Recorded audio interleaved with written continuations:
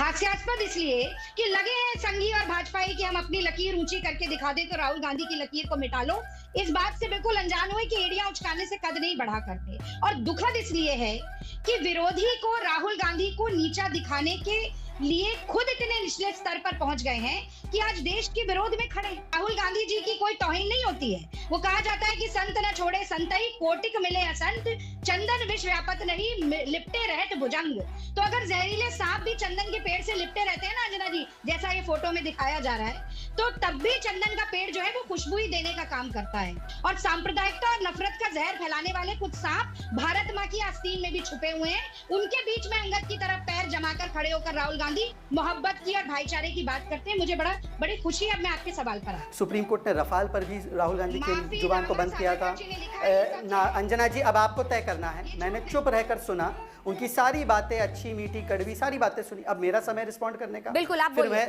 और देखिए, और अंजना जी देखिए, ऐसा है, मेरा राइट है रिटेलिएशन का, पर ड्रोन आएगा तो फिर मैं भी S-400 निकालूंगा। फिर रोते हुए नहीं जाना है अपने आका के पास। तो नमस्कार दोस्तों, स्वागत है आप सभी का फैमिली डिबेट शो में। दोस्तों आज का डिबेट काफी ही धमाकेदार होने वाला है, क्योंकि दोस्तों आज का डिबेट हम लेके आए हैं बीजेपी के प्रवक्ता शहजाद पूनावाला और कांग्रेस की प्रवक्ता रागिनी नायक के बीच। दोस्तों हुआ कुछ रागिनी नायक मोदी जी पर ही निशाना साधते हुए नजर आए और कहने लगी मेरे राहुल गांधी का जो फोटो इधर से लगाया गया है वो तो सरासर झूठ है। लेकिन तभी शहजाद पूनावाला ऐसा वार करते हैं जिससे रागिनी का तो पूरा ही मुंह ही बन जाता है, क्योंकि शहजाद पूनावाला कहते हुए नजर आते हैं जा तू अपने आका के पास, वहाँ तेरा सब कुछ होगा। यही सुनकर और भी रागिनी नायक भड़क जाती हैं। तो दोस्तों डिबेट काफी इंटरेस्टिंग और मजेदार होने वाला है। हमें आशा है कि आप डिबेट पूरा देखें। तो दोस्तों अभी तक मेरे चैनल को सब्सक्राइब नहीं किया है तो जल्दी से सब्सक्राइब कर दीजिए और प्यारा सा लाइक कर दीजिए। चलिए इस डिबेट को जल्द से जल्द स्टार्ट करते हैं।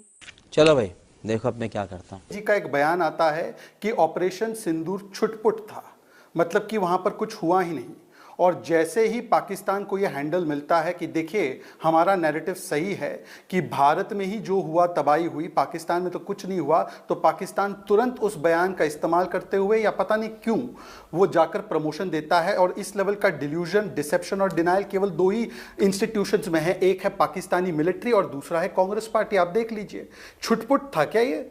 9 आतंकी कैंप तबाह हुए, भावलपुर तक, मुरीद के तक 11 बेसेस तबाह हुए, 100 आतंकी मारे गए, 70 से ज्यादा पाकिस्तानी मिलिट्री ऑफिशियल्स मारे गए। पहली बार न्यूक्लियर पावर देश में इस प्रकार की कार्रवाई की गई, ये डीजीएमओ ने बताया। पर देखिए ना किस प्रकार से सेना का करो अपमान, यही तो इनकी पहचान। आज की बात नहीं है, सर्जिकल स्ट्राइक पर सवाल खड़े किए, बालाकोट एयर स्ट्राइक पर सवाल खड़े किए। अभी 2 दिन पहले कर्नाटका के एक नेता ने, इनके मंजूनाथ ने बोला कि ऑपरेशन सिंदूर शो ऑफ था। फिर हुसैन दलवाई ने बोला कितनी बॉडी बैग्स थी। इमरान मसूद सांसद है, उन्होंने बोला कितने आतंकी मारे गए। और उसी श्रृंखला में आज जब छुटपुट बोला जाता है, मैं कहना चाहता हूं रागिनी जी से, मेरी बड़ी बहन है, रागिनी जी बताइए ना 26/11 के बाद क्या कार्रवाई कर दी? वहां तो फली मेजर साहब ने बोला था ना कि ये आतंकी कैंप है, इस पर जाकर धावा बोलना है, तो क्या कार्रवाई की जरा बता दीजिए हमको, अगर ये छुटपुट लग रही है तो आपको। दूसरी बात मैं पूछना चाहता हूं कि ये लगातार एक पैटर्न रहा है। और देखिए एक नोट कीजिए, जैसे ही हमारी सुपीरियर एयर डिफेंस और सुपीरियर एयर अटैकिंग कैपेबिलिटीज की पूरी दुनिया ने वखान किया, अंजना जी आपके चैनल पर भी कूपर साहब, रूबिन साहब, क्या इनके ही जो अखबार इनको पसंद है एनवाईटी और वापो, ये दोनों ने भी माना, तो तब चाइनीज के गुड्स के ऐसे शेयर गिरे, तो कैसे एक सवाल और नैरेटिव क्रिएट किया जाए कि भारत की जो है इस पूरे ऑपरेशन में जो है बहुत बुरी हार हुई और पाकिस्तान जो है वो बहुत अव्वल नंबर पर आया। ये दो ही लोग फैला रहे, पाकिस्तानी मीडिया और जो राहुल गांधी पाकिस्तानी कंटेंट क्रिएटर की तरह काम कर रहे हैं। और अब आते हैं दूसरे पॉइंट पर जो राहुल गांधी ने बोला, लगातार वो बोल रहे थे मध्यस्थता हो रही है, मध्यस्थता हुई थी, डीजीएमओ का बयान नहीं माना, चलिए एमईए का बयान नहीं माना, भारत सरकार का बयान नहीं माना, यहां तक थरूर साहब ने कहा तो उनका नहीं माना, कम से कम अब मियां सलमान खुर्शीद ने बोला है। तो मुझे लगता है कि मियां शहजाद पूनावाला जब कह रहे हैं कि मियां सलमान खुर्शीद तो एक्सटर्नल अफेयर्स मिनिस्टर थे, राहुल गांधी इनकी तो बात मानेंगे कि नहीं मानेंगे? और मध्यस्थता क्या होती है अंजना जी, 10 सेकंड लेकर मैं बताता हूं आपको। पहली बार जब 1948 में कश्मीर को इंटरनेशनलाइज करने चले जाते हैं वल्लभ भाई पटेल के खिलाफ जाकर, वो इंटरनेशनलाइज होता है। जब आप जाते हैं और IWT में वर्ल्ड बैंक का हस्तक्षेप चाहते हैं, और आज वही वर्ल्ड बैंक भारत आता है तो बोलता है मेरा कोई लेना देना नहीं, सस्पेंड कर दीजिए। ये मध्यस्थता होती है। जब 1966 में ताशकेंत में जाकर आप सोवियत यूनियन द्वारा ब्रोकर डील को साइन करवाने के लिए लाल बहादुर शास्त्री को फोर्स करते हैं, या जब राहुल गांधी विदेशी धरती पर जाकर कहते हैं US and UK are the guardians of democracy, हमारी डेमोक्रेसी समाप्त हुई है, इंटरवीन कीजिए, या निकोलस बर्न्स को कहते हैं, यह हस्तक्षेप होता है। विदेशी नेताओं में तो बड़ा यकीन है, चलिए कम से कम अब मियां सलमान खुश, और मैं मियां जो है वो बहुत ही आदर से बोल रहा हूं, मैं भी मियां हूं, तो रागिनी जी इस पर बखेड़ा मत खड़ा कर देना। वैसे आपके पार्टी में बहुत सारे बखेड़ा खड़े करने वाले लोग हैं। ठीक है रागिनी जी।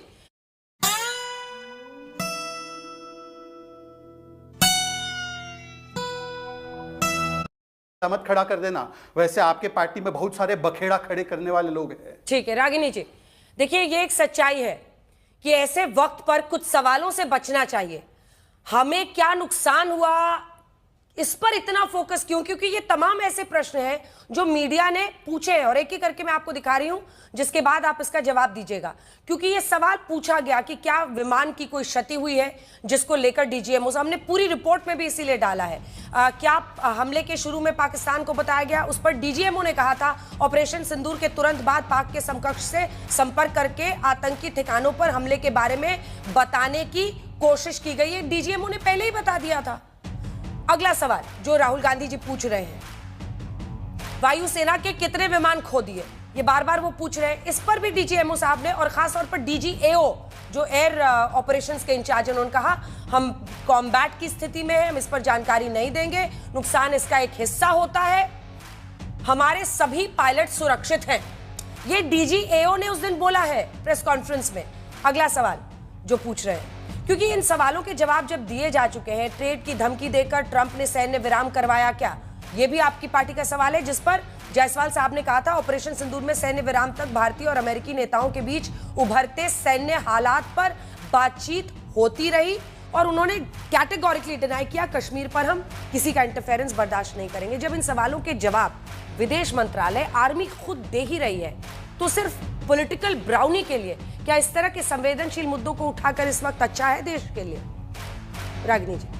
अंजना जी, पॉलिटिकल ब्राउनी पॉइंट्स कौन स्कोर करना चाह रहा है देश में?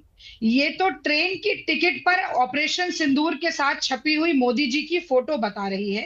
पुलवामा के शहीदों के नाम पर किसने वोट मांगा था, ये मुझे लगता है कि देश की जनता अभी भूली नहीं है। बहरहाल आपने बहुत सारे सवाल पूछे, 1 मिनट की बात मैं अपनी कहूंगी, फिर आपके तीनों सवालों का मैं जवाब देती हूँ।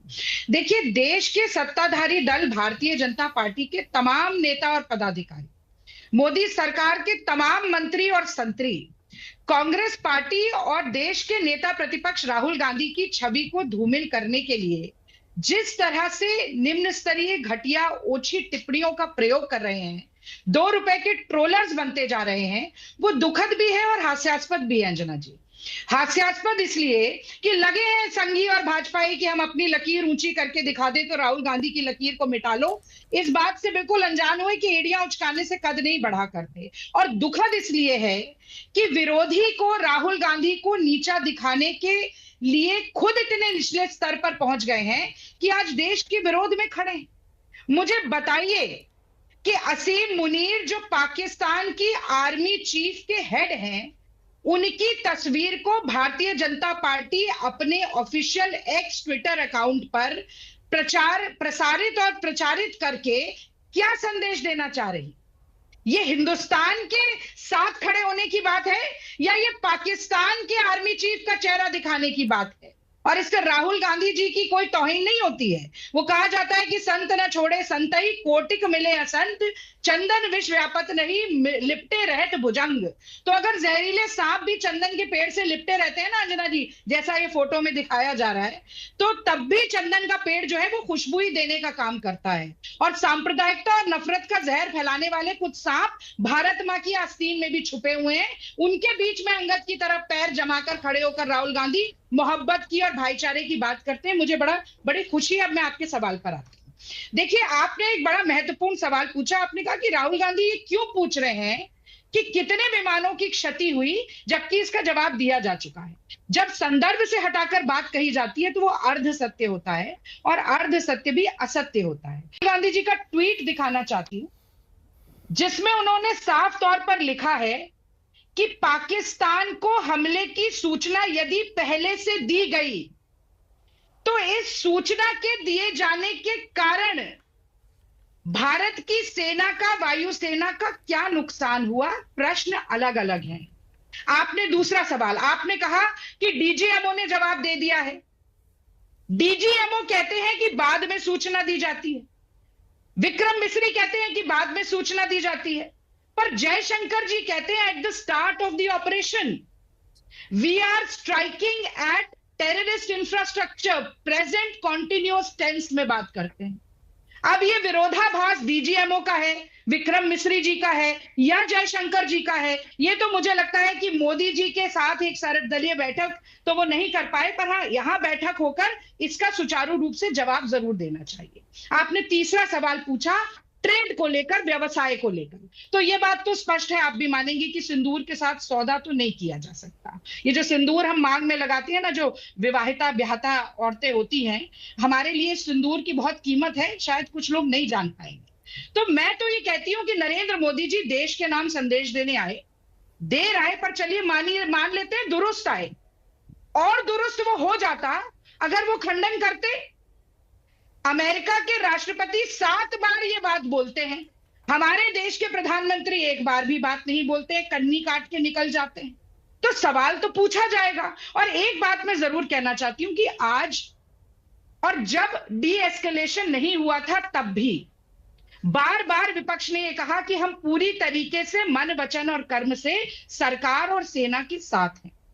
हमने सेना से कोई सवाल नहीं पूछा, लेकिन सरकार की नीति, जिसमें कि सरकार के विदेश मंत्री ने खुद बात कही है, जिसमें सरकार ने माना था कि चूक हुई है, उस पर सवाल पूछना अंजना जी विपक्ष का धर्म है, विपक्ष का कर्तव्य है। जी, और ये एक छोटा सा इसका जवाब दीजिए, उसके बाद से मैं आ रही हूँ काका साहब और धीरेन्द्र जी, जल्दी से। ठीक है, पूरा कर लीजिए। एक लाइन और बोलना चाहती हूँ।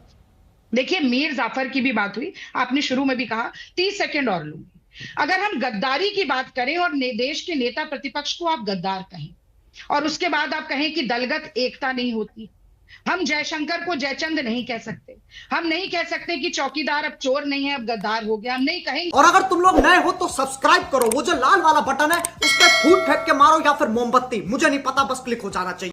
तो दोस्तों, आपने देखा कि रागनी नायक कैसे कैसे शहजाद पूनावाला को बातें और खटी खोड़ी सुना रही होती हैं, लेकिन ये बात सुनकर शहजाद पूनावाला भी किसी से कम नहीं, वो भी अच्छी तरह से उनको धोते हुए नजर आ रहे हैं। तो दोस्तों, डिबेट आपको कैसा लगा हमें कमेंट बॉक्स में जरूर बताएं। और दोस्तों, अभी तक मेरे चैनल को सब्सक्राइब नहीं किया तो जल्दी से सब्सक्राइब और प्यारा सा लाइक कर दीजिए।